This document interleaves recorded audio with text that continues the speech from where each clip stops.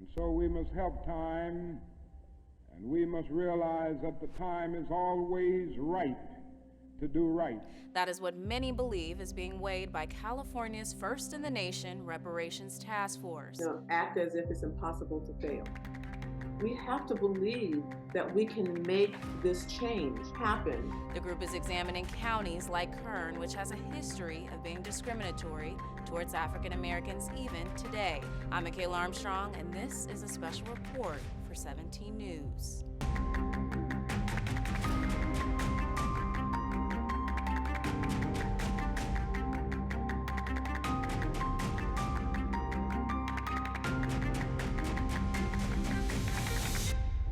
The task force is studying how the state might calculate financial compensation for reparations to California descendants of enslaved African Americans. And I spoke to Kern County residents about the importance of this legislation and if approved, what this could change for Black Californians. Reparations are not uncommon. The German government paid more than $86 billion to Holocaust victims and their heirs. In America, the Civil Liberties Act of 1988 gave more than 82,000 Japanese Americans $20,000 each in reparations and a formal apology by President Reagan for their internment during World War II. This action was taken without trial, without jury. It was based solely on race. However, for African Americans whose ancestors endured 250 years of slavery, there has been no headway regarding restitution except now at the state level. In order to grant reparations or even to consider them, the country has to come to terms with what slavery was and did.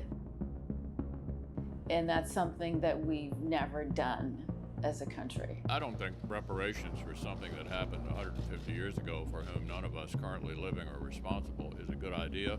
I think we're always a work in progress in this country, but no one currently alive was responsible for that. We would all like to think that it's in the past and just get over it and just move on, and it's not that simple.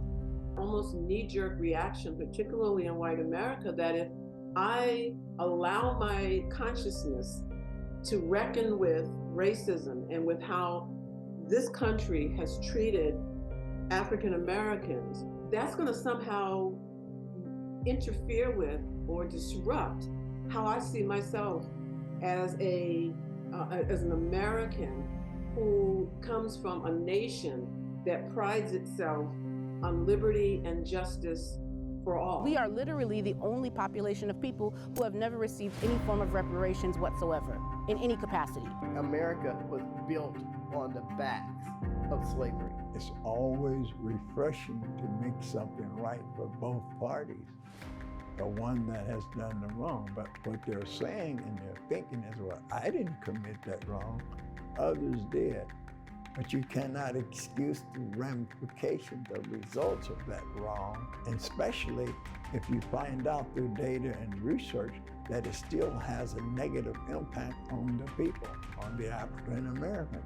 I think specifically here in California, it's often glossed over because it's not the Jim Crow South. And because it's not the Jim Crow South, people think that, oh, they don't need it there because slavery wasn't as bad here. But slavery was bad here.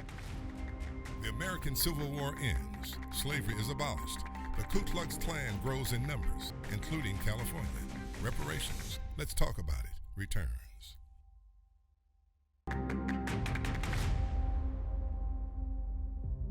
Though California joined the Union as a free state in 1850, the state has a far more complicated history.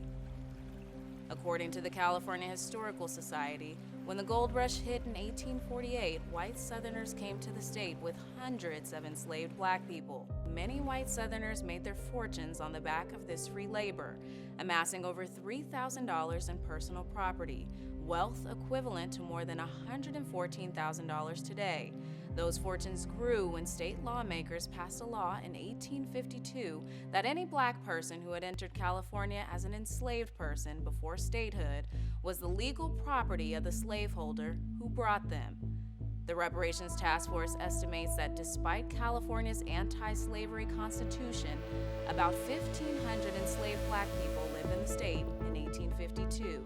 Yet that fact is missing from most historical accounts, and many are surprised to learn this took place in the state. No one kept records of that. For instance, when Dr. Martin Luther King first came here, I marched with him. There's no record of that. Many people settled in Kern County from southern states like Missouri, Arkansas, and Texas at the close of the Civil War. It brought back the look of Louisiana, in which I was born, with that migration to work the fields in Bakersfield, California, Kern County, where I became a competitor and a hard worker, picking over 500 pounds of cotton and picking over 40 sacks of potatoes a day. However, according to histories by California State University Bakersfield, blacks' arrival in the county caused a problem for poor whites. The poor white people didn't want to work in the field with the black people. So poor whites pressured landowners to get rid of the blacks. Some poor whites actively worked to frighten black workers to leave the county, according to CSUB, cutting the black population to 25 families by 1894. How systematic racism and slavery harmed African Americans is a primary focus of the Reparations Task Force. According to the Reparations Task Force report, after the country formally abolished slavery, California became a breeding ground for the Ku Klux Klan. Some records show in the 1920s the KKK hosted more events in California than it did in Louisiana or Mississippi. For example, according to Cal Matters, Kern County Klansmen routinely beat and kidnapped black and Latino residents in the 1920s. That's racism. That's how deep it was. It's still systemically deep, and it's something that takes the soul of individuals and the nation at task. Black America continues to move into Kern County. Racism lives in many neighborhoods throughout our community. Local leaders share their stories of the past and the present. Reparations. Let's talk about it. Returns.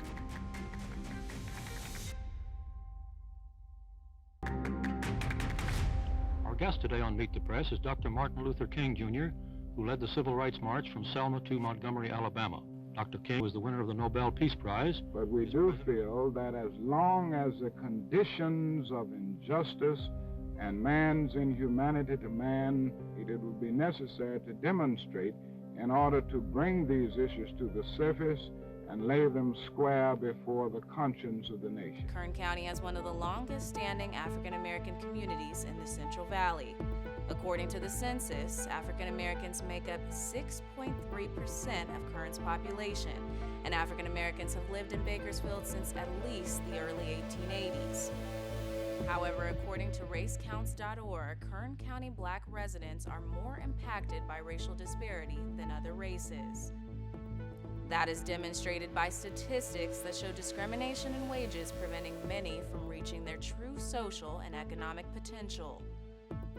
We stood against the injustices. Some people's lives were at stake, and jobs were always at stake anytime someone spoke out. So they would call me and tell me not to put pressure on the white people because they lose their jobs. Others that were in the power seats would call and threaten my life and my family's life. And people complied with it. And when you made a stand, you were blackballed. The task force report also references numerous instances of segregation and restrictive housing agreements across the state. It describes the destruction of several black neighborhoods and cities as a part of the country's, quote, redevelopment policy signed by President Truman with the 1949 Housing Act.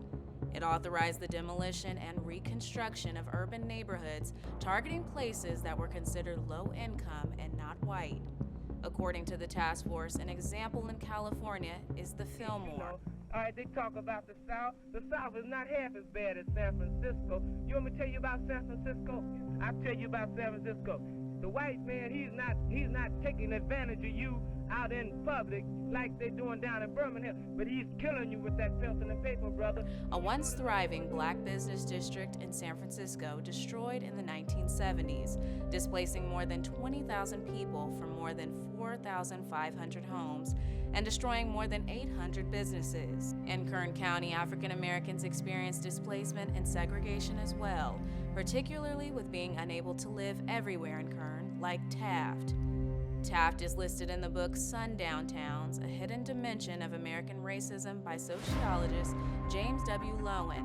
In addition, all white neighborhoods purposely exclude non-whites through discrimination with local laws, intimidation, and even violence. Or Oildale, a community notoriously known for its history towards African Americans, according to Histories by CSUB. We were there, we went, we worked, but we had to be out of there by sundown. The sign says leave before sundown, or even in Oildale. Same thing, ignorance, racism, fear, people just being evil. Wage gaps, racism, real estate practices, Kern County black communities disappearing. Local law enforcement statistics toward black people begin to shift. Reparations, let's talk about it, returns.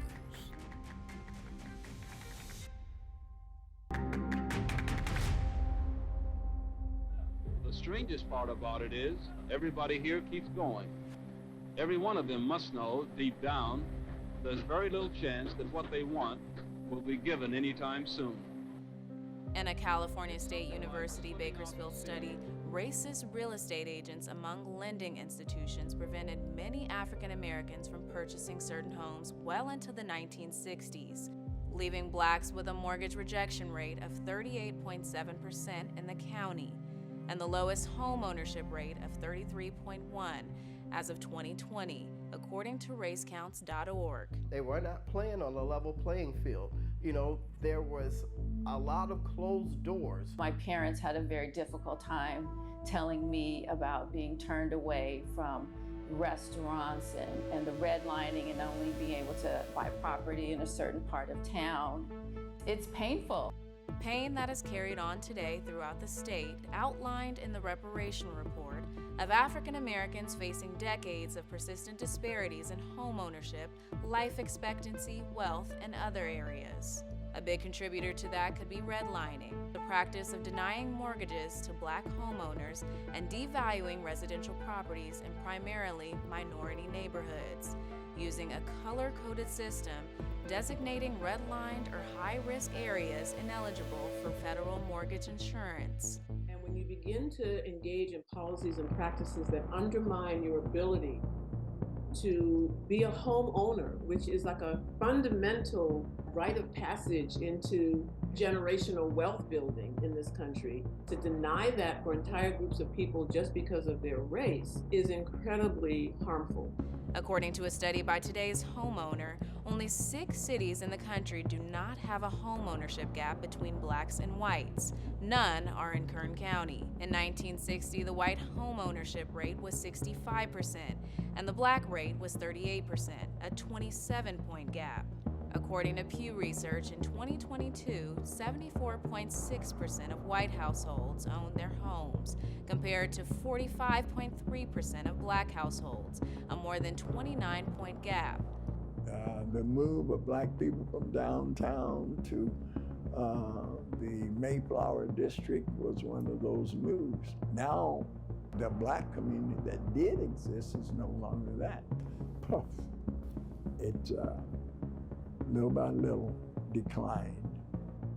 In the 2019 census, the median income for black households was only 60% of the median income for white households. According to the Economic Policy Institute, black workers face significant wage gaps, which continues to grow. In 2019, the typical black worker earned 24.4% less per hour than the typical white worker. That is an even larger wage gap than in 1979, when it was 16.4%. African Americans are service, restaurants, and other things like that, retail businesses. That's where they steer African Americans toward, and these businesses normally pay minimum wage. And for For those who were left unemployed, according to the Federal Reserve economic data, the Black unemployment rate is consistently twice the white unemployment rate.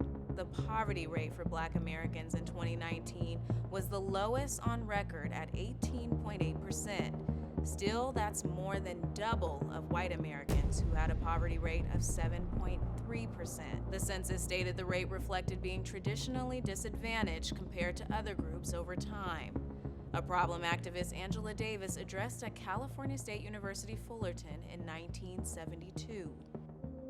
If you take working people of color, and if you compare the wages which we receive to the wages which white workers doing the very same jobs, and I'm using government statistics that the government has given us, you find that there is a $28 million differential just because of the existence of racism. And that's a lot of money, because we could buy a lot of houses and build a lot of schools and a lot of child care centers and a lot of the things that we need in the ghetto and the barrio with that $28 million. According to medical research, Black Americans have a lower life expectancy than white Americans, due partly to the discriminatory practices of denying services to people based on their race. In Kern, Blacks are expected to live 70.7 years as opposed to nearly 75 years for their white counterparts, according to racecounts.org. Black people, who account for 13% of the U.S. population, accounted for 27% of those fatally shot and killed by police in 2021. According to Mapping Police Violence, a nonprofit group that tracks police shootings. That means Black people are twice as likely as white people to be shot and killed by police officers. Also, Black Americans are imprisoned at a rate roughly 5 times the rate of white Americans. In Kern County, Blacks have the highest arrest rate per youth under 18 at 31.8 per 10,000 youth, and Blacks have the highest rate of civilian injuries by law enforcement at 6.7 per 100,000 people, according to Race Counts. And in a California health interview survey ranging from 2011 to 2020, only 20,000 Black adults in Kern County felt safe in their neighborhood. What do reparations mean to Kern County? The economic impact for the Black community and America. How soon could a change be made? Reparations, let's talk about it, concludes when we return.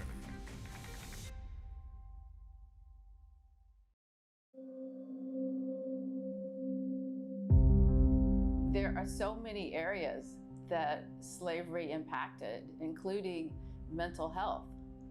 So traumatic events that happened during slavery are just repeated and reinforced and still with us.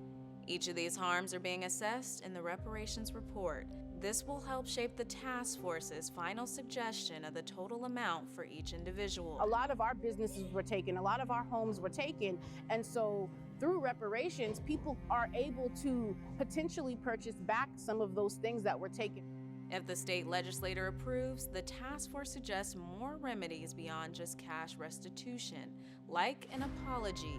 You know, the truth hurts, but in order to make progress, you got to take the hurt to get to the point of doing something about it. There's a lot of healing that has to go on, and I feel that that conversation and that healing has to happen, maybe as a precursor to even granting reparations, which could bring some atonement for the wrongs of the past. I believe it will be a step in the right direction. I believe a step in the right direction is better than no step in the right direction. And so with so much talk and rhetoric that has happened over so many years, this moving forward with actual policy and actual plan in place and really detailing the nuances that happen within the Black community and how it has affected us and how we can create that change, I believe will help really mitigate some of those issues that were happening. And could be the change many have waited to see in their lifetime. The election of President Obama was a significant event. I can't find the right word to explain it. This is the meaning of our liberty and our creed, why men and women and children of every race and every faith can join in celebration across this magnificent mall. And and why a man whose father less than 60 years ago might not have been served at a local restaurant can now stand before you to take a most sacred oath. So I know reparations is the other. And I tell people all the time, whether they want to hear it or not, we have to look systemic racism in the eye, and we have to look reparations in the eye. Just don't fear the word.